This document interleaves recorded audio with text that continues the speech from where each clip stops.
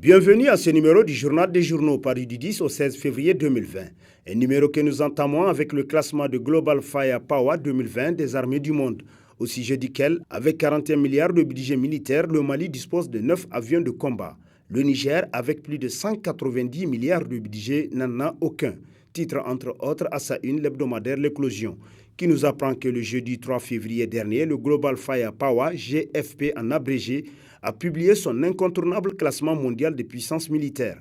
Dans ce nouveau classement, le Niger occupe la 103e place dans le monde et la 20e en Afrique.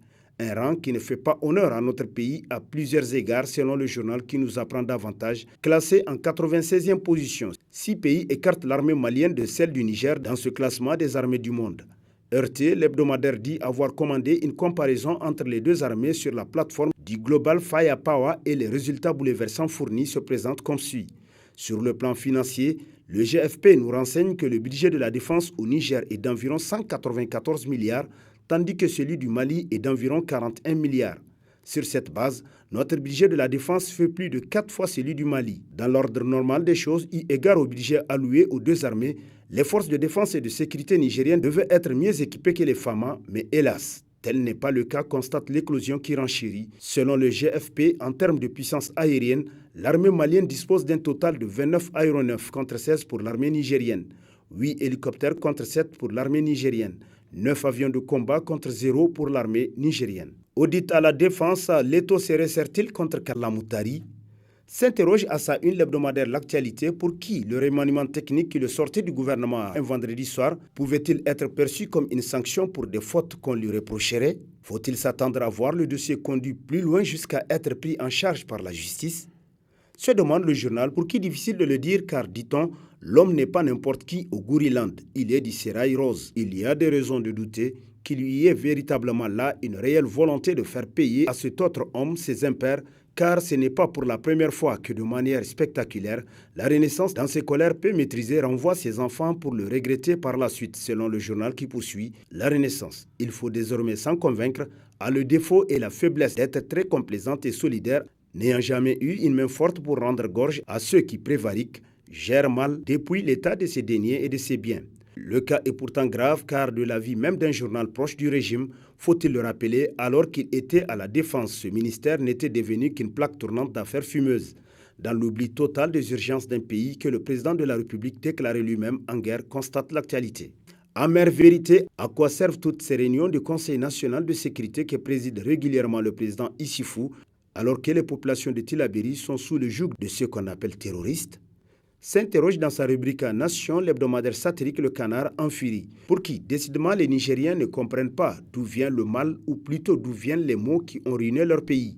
Ils ne comprennent pas ou refusent de comprendre qu'ils vivent sous un régime dont les mentors ont légitimé la corruption, les détournements de deniers et biens publics, le trafic de drogue, le trafic d'armes, pour ceux qui sont prêts à tout sacrifier pour les soutenir dans leur folie. Selon le satirique qui poursuit, ce qui se passe encore une fois est à la fois inexplicable et intolérable. Mais les Nigériens parlent de toute autre chose. Une descente aux enfers doit être stoppée et les forces de défense et de sécurité ont les capacités d'y mettre fin. Il leur faut juste les moyens adéquats. Il faut que ça s'arrête. C'est ce sujet qui doit préoccuper les Nigériens d'après le journal qui conclut. Et s'ils n'ont pas encore compris que l'insécurité va s'accroître crescendo au fur et à mesure que nous nous approcherons des échéances électorales prochaines, c'est plus grave que la situation qu'ils vivent. Enrôlement biométrique à Zender, des tentatives de fraude flagrantes, titre dans la rubrique On en parle de sa parution en date du 12 février, le quotidien privé L'Enquêteur, pour qui, comme les élections de 2016, celles de 2020-2021, risquent également d'être tout sauf libres, transparentes et conformes aux lois de la République. Après Agadez, Dosso, Tawa et Maradi, pour ne citer que ces exemples, c'est au tour de Zender, à l'occasion des enrôlements biométriques, de voir des militants du parti au pouvoir user de la ruse, de la triche, de la manipulation et de la corruption pour s'accaparer du vote des citoyens. La région des Zender est en effet un grand réservoir de vote avec 55 communes, 3 788 centres d'enrôlement et de vote et 1 963 110 électeurs attendus. Selon plusieurs témoignages au niveau de la ville de Zender, tels que rapportés par l'enquêteur, il aurait été établi des actes d'état civil à des mineurs aux fins de leur enrôlement sur les listes électorales. Rébellion dans les partis politiques de la majorité pour quel agenda secret? s'interroge l'hebdomadaire Le Monde aujourd'hui, qui constate que l'échiquier politique nigérien est fait de turbulences diverses, qui témoignent de l'inconstance des acteurs politiques, de leur frivolité, de leur manque de vision et d'éthique politique. Les hommes politiques nigériens ont d'autant plus déçus que l'on ne sait plus à qui faut-il faire confiance. Le sport favori des hommes politiques du Niger est de trahir, de savoir retourner avec une dextérité déconcertante leur veste, s'adaptant comme caméléon à la conjoncture politique. Presque lâchement selon le journal qui poursuit, que les Nigériens devront donc être vigilants à savoir écouter ces nouveaux discours sournois qui passent soutenant un président qui n'en a plus besoin car en fin de mandat. L'opposition n'est plus seule à s'inquiéter des projets que pourraient cacher ces déclarations de soutien d'après le journal qui constate. Bazoum, peu bavard depuis quelque temps, a certainement pu observer ici et là quelques signes qui intriguent. Et peut-être se demande-t-il ces jours s'il ne sera pas le dindon de la farce de la fresque ubiesque que la dynastie Gouri est en train de vouloir écrire. Il est temps sans doute d'ouvrir les yeux et de voir, tant pis pour ceux qui peuvent encore douter, conclut Le Monde aujourd'hui. Crise au MPR Jamhouria, la fronde contre Albadé atteint l'Assemblée nationale, titre dans sa rubrique Grifferie, l'hebdomadaire satirique La Griffe, qui nous apprend que dans une déclaration qu'ils ont signée et dont la copie non datée circule sur les réseaux sociaux, 5 députés membres du MPR Jamhouria ont ouvertement pris position par rapport à la crise qui traverse le parti de l'actuel ministre d'État chargé de l'agriculture et de l'élevage, M. Albadé Abouba. L'un dans l'autre, selon le journal, la situation est loin d'arranger le président Albadé Abouba, que beaucoup d'observateurs classent parmi les potentiels candidats à la présidentielle de 2021. À l'allure où vont les choses, même s'il arrive à imposer sa candidature au futur congrès du parti, il risque d'aller à cette élection avec un parti fortement diminué, ce qui va inévitablement impacter sur ses chances d'accéder au fauteuil présidentiel selon le satirique d'après qui, au cas même où il renoncera à sa candidature, il sera difficile pour le même Albadé Abouba d'être dans une posture où il peut négocier une forte alliance comme il a réussi à le faire aux élections de 2016, où il était le principal allié du parti présidentiel jusqu'à l'arrivée surprise du MNSD Nasra dans les rouages du pouvoir.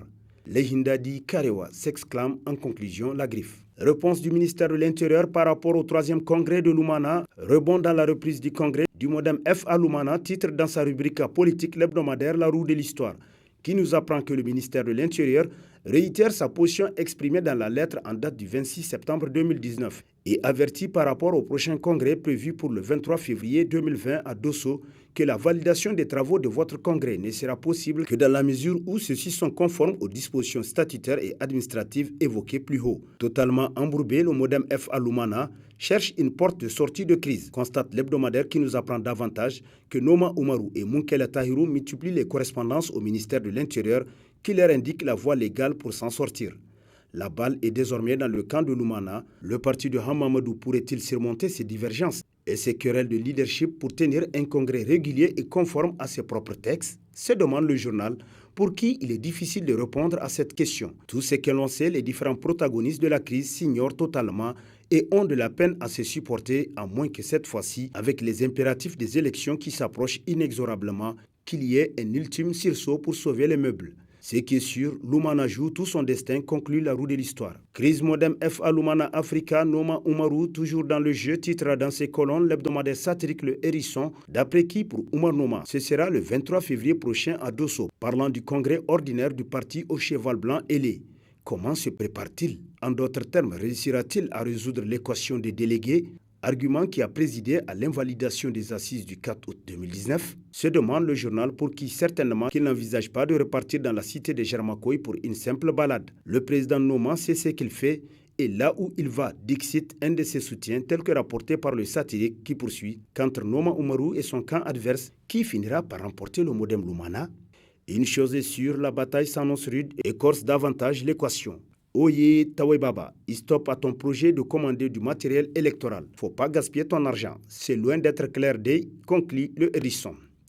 Tentative de déstabilisation du MNSD Nasra, Accra se prépare pour apporter des réponses, titre dans ses colonnes l'hebdomadaire Le Nouveau Républicain, qui constate que ces derniers temps, certaines formations politiques traversent des moments difficiles compte tenu des coups extérieurs qu'elles reçoivent. C'est le cas du MNSD Nasra de Seyni Oumarou. Accusé à tort ou à raison de malgouvernance depuis le congrès de Tawa qu'il a investi comme candidat pour la présidentielle de 2021, le président actuel du MNSD, M. Seyni Oumarou, fait jusqu'à présent preuve de sagesse et de prudence à toutes les menaces de la mouvance présidentielle, basée sur un agenda mesquin qui lui est propre. Ils sont nombreux les militants du MNSD Nasra qui se demandent sur les raisons qui se cachent derrière ce projet de déstabilisation programmée de leur parti.